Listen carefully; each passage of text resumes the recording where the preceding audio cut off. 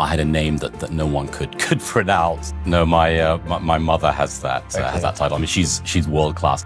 This is why I think podcasts are such a powerful tool. What does being a responsible business mean to us here within the firm? It is something that all our clients are thinking about, just like us. And it's very, very important that we collaborate on these important issues. I wanted to ask you, as the leader of our firm, as a father and a human, what does that mean to you? Where you start may have an influence on the path you need to take, but it certainly doesn't determine where you'll end up.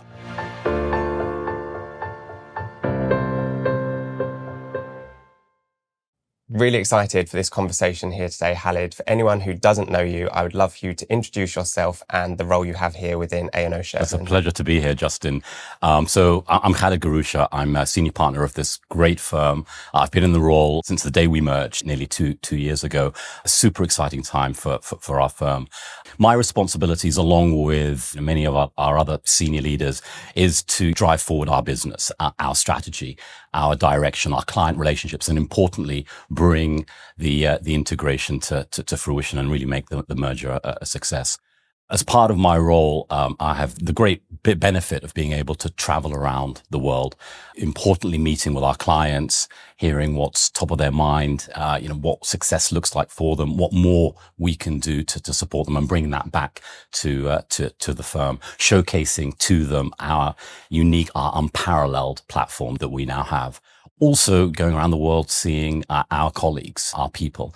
That's something that I get a huge amount of energy and joy from. Seeing our partners, seeing our lawyers, seeing our business professionals, really hearing from them, connecting with them, and hearing what is in front of their minds. Now, I have a lot of questions about some of the things you've just touched on, but before we focus on the today, I'd like to take you back, if that's okay. I'm really fascinated by how senior leaders start out their early days before they entered their profession and then first steps into the profession. Would you mind going through your journey and how you started out to get to where you are sat here today, I guess? I grew up most of my childhood in England, but I wasn't born there.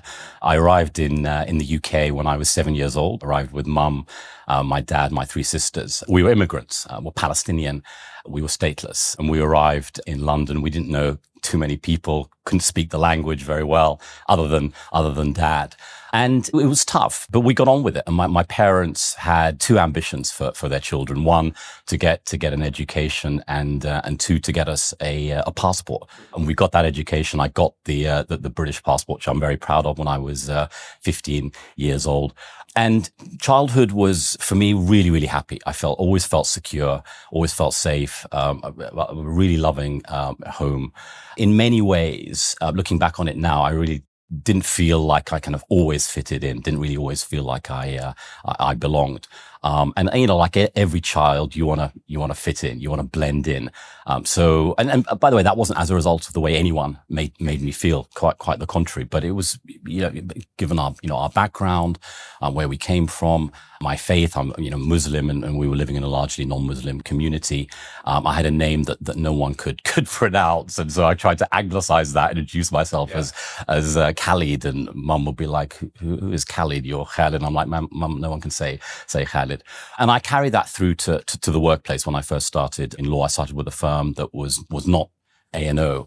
And, again, very, very happy with that firm, but also always kind of, feeling like I didn't fit in. Again, not as a result of the way anyone treated me. As I say, I'm Muslim, and times when I would be fasting in the office, but I would go out of my way just to make sure that no one would notice that I was fasting. And so I would be, for example, sitting in a meeting, an all-day meeting, and I would pour myself a glass of water. I'd never drink it. I would touch it every now and then, just so that I wouldn't draw attention to myself in terms of not drinking throughout the day. I would go down to the canteen at around 5 o'clock to grab a sandwich to break my fast. Someone would see me and go, "What is that? You're grabbing a late lunch?" And I wouldn't say anything about fasting. I'll be like, yeah, it's been a busy day. And as I said, that was not a reflection of the way anyone made me feel. It was just what I felt I had to do in order to fit in and belong. And those personal experiences that I had have instilled in me two really very strong beliefs. Firstly, irrespective of your starting point, irrespective of the cards that you're dealt, anyone can succeed. With ambition, with drive, with determination to succeed, you can do that. And secondly, the importance of, when it comes to the workplace, of belonging, a feeling that you can bring your true self into the workplace and not feeling like you need to conform or check yourself at the door. And we as leaders have a responsibility to create an environment that allows that to happen. Those two notions are very important values that we hold within A&O Shearman, the values of everyone feeling like they belong and everyone feeling like they have a place here where they can excel. It's really fascinating that you say that. And this is why I think podcasts are such a powerful tool, because that notion of storytelling and just sharing a tiny bit about your experience and how you grew up, your background, not allowing it to hold you back, but at times adapting certain things. I cannot emphasize enough how much people just resonate with the power of storytelling. And I think they'll take an awful lot through some of the things you've just said. So thank you for sharing. I know a pivotal moment in your career, if we're okay to touch on it, is when you made the decision to pivot your legal training away from London and to set up shop in Dubai, I think it was.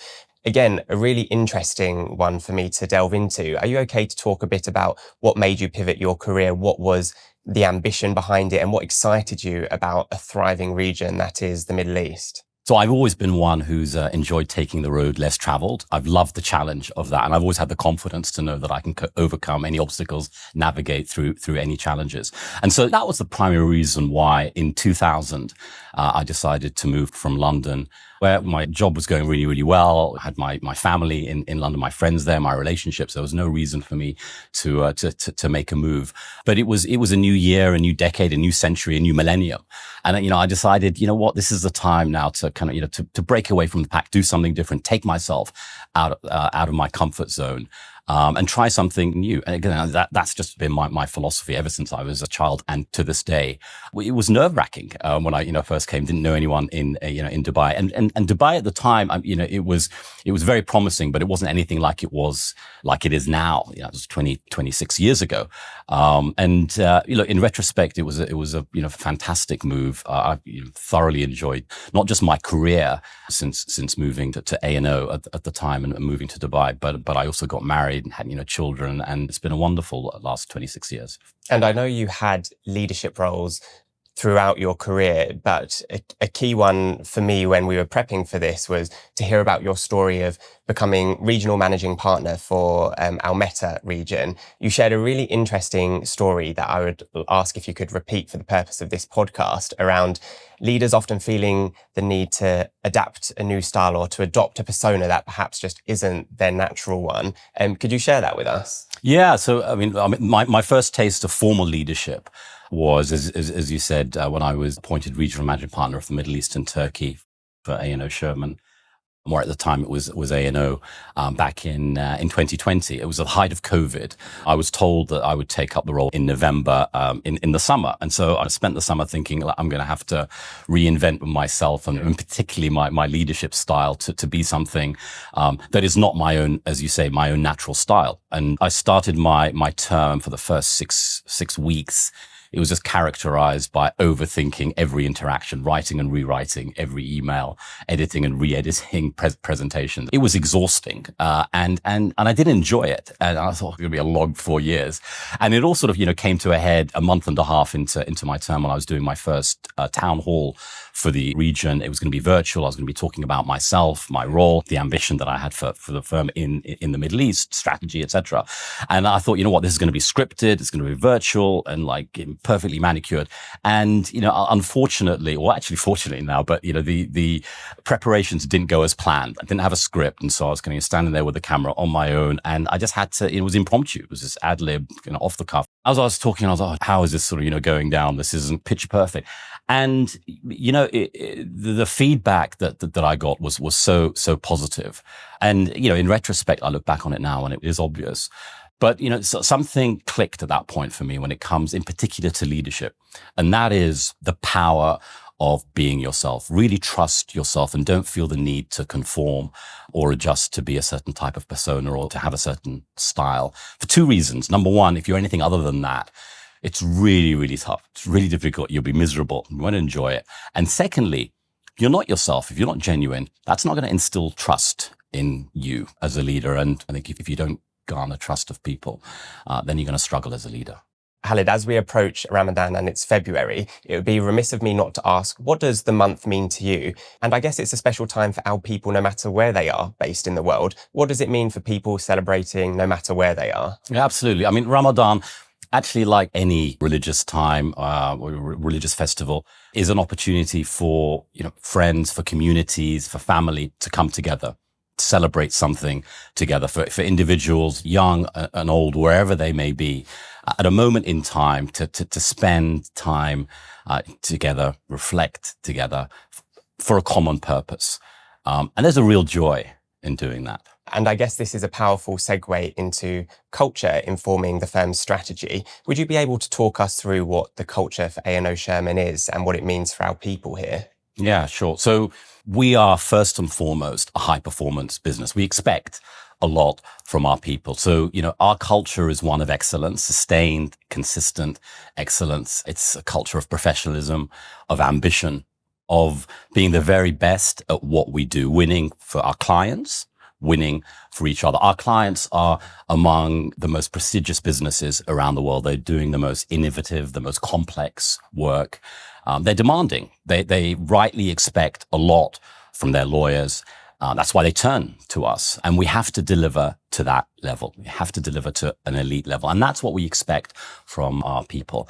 And as I say, it is demanding. And we also expect that level of excellence consistently across all our network. Our ambition is to be the leader in each of the markets that we're in. At the same time, we want to be a firm that looks after our people, a firm that treats people with kindness, with compassion, that respects people. Also a place where everyone, irrespective of their background, their culture, their perspectives, their faith, their gender, and no matter what role they play within the firm, everyone has an opportunity to succeed, to excel, to really unlock their potential. And that's a responsibility on all of us as leaders, to create that environment, to allow people to be challenged, to be the very best that they can, but do that challenge with respect, with support, with care. We are resolute in our drive for inclusion. It is fundamental to who we are, how we succeed, and we have put it at the heart of the firm's work. And these aren't just words, right? We do it in a number of practical ways through our behaviors, how we treat each other, how we support each other, how we work with each other, through prioritizing learning, development, through prioritizing in-person connection, through transparency, through looking after people's well-being, through building internal communities and celebrating and rejoicing in the marvelous affinity groups that we have around the world. Everyone within our firm has a responsibility to play in driving forward and developing our inclusion agenda. The values we live by matter. On that, we will never compromise.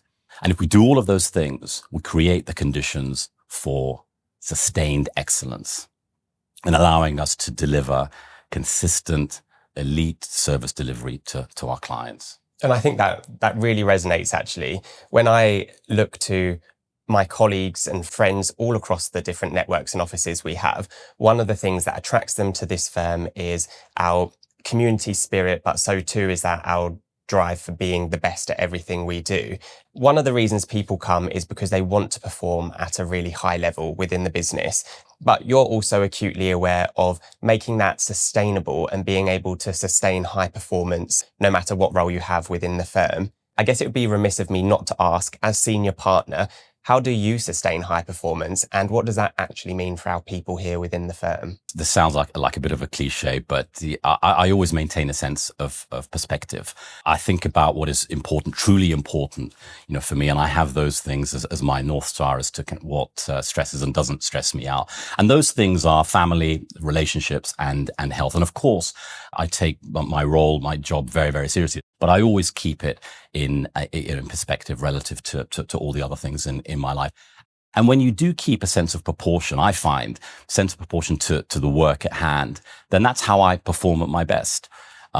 Also, the way I feel, mental health, physical health, I think when I feel at my best, then I perform at my best. I try whenever I can to do the things that relax me. I love cooking. It's something I've been doing since I was young. It's wonderful to be able to spend time with family, with friends, around a table, over a home cooked meal. Would you say that you are also leading at the cooking table within your family home? No, my mother has that title. I mean, she's world class, and in fact, I learned to cook from her by accident. When we arrived in the UK, my parents wanted me and my three sisters to learn Arabic, reading and writing. There wasn't an Arabic school around us, and so it was my mother that taught us. And what she tried to do is, she sat us down in the kitchen when she was cooking, and she would be like, Khalid, okay, here's the Arabic book. Start, reading and writing. And I wasn't interested in doing that. And so I stand up while she was cooking and pretend to be interested in what she was cooking. I wasn't really interested. But as a result, I learned by osmosis. Now, my Arabic is, Arabic reading and writing is lousy, but I'm a pretty proficient cook. I think a lot of people who grew up in houses, I guess myself included, where there's multiple languages being spoken, can resonate with that. So again, thanks for sharing. One of the things I see you do around the office, which I wanted to ask you about, is you will always take the time to walk the corridor, to pop your head into people's offices and to just genuinely stop and have a conversation to see how are people doing and what's top of mind for the clients they're working with. Is that a deliberate, conscious decision of what you do in your day, or is it something that comes natural to you? No, I would say it comes naturally to me. I love doing it. I enjoy it. That's what gives me energy. There's a real that's part of the job that I relish doing. And so part of my time on the road, as I mentioned, seeing clients is very, very important, but also seeing our colleagues is very important. We're such a large organization. I think the only way that you can really know what's going on in all of the various jurisdictions that we're in is to connect with people directly. That's not just an important part of my role. As I say, it is a part that I love. No, I couldn't agree more. And I guess it ties into an important conversation I wanted to have with you about being a responsible business and having the right values, both for our people here and I guess really importantly for our clients as well that choose to work with us. What does being a responsible business mean to us here within the firm? And when we talk about the different pillars of responsible business, what do they mean to you as senior partner? Yeah, look, we are, as I mentioned earlier on, first and foremost, an elite business for our clients. We need to deliver for them. But also as a global organization, we have a responsibility to support our communities, a responsibility to give back to society. And we do that in a number of ways. Firstly, through playing our part to combat climate change, through seeking to reduce our direct and indirect carbon emissions from the operations of our business. Pro bono is an important part of who we are. Our pro bono practice is global. It's multi-jurisdictional. It's award-winning. We encourage, all our talent to use their skills to have a positive impact on the lives of people all around the world through pro bono. And we do that in a number of ways, representing forcibly displaced people, supporting immigrants and immigrant detainees all around the world, representing those seeking to uphold the rule of law, those seeking access to justice. We're also involved heavily in charitable giving and, social community. We recently teamed up with our new 2-year social impact partner, United for Global Mental Health. Their focus is to support children, young people with mental health challenges. And again, that is something that resonates with our firm. I'm very proud to be supporting them for the next couple of years. One of the things you just touched on there that is really important to our people is our 2-year social impact partnership with United. And I wanted to just read with you here one of the stats I have in front of me and to just gain your honest opinion on it, if that's okay. So through the work with United, they found out that 1 in 7 children and young people globally have a mental health problem, and 50% of mental ill health begins before the age of 18.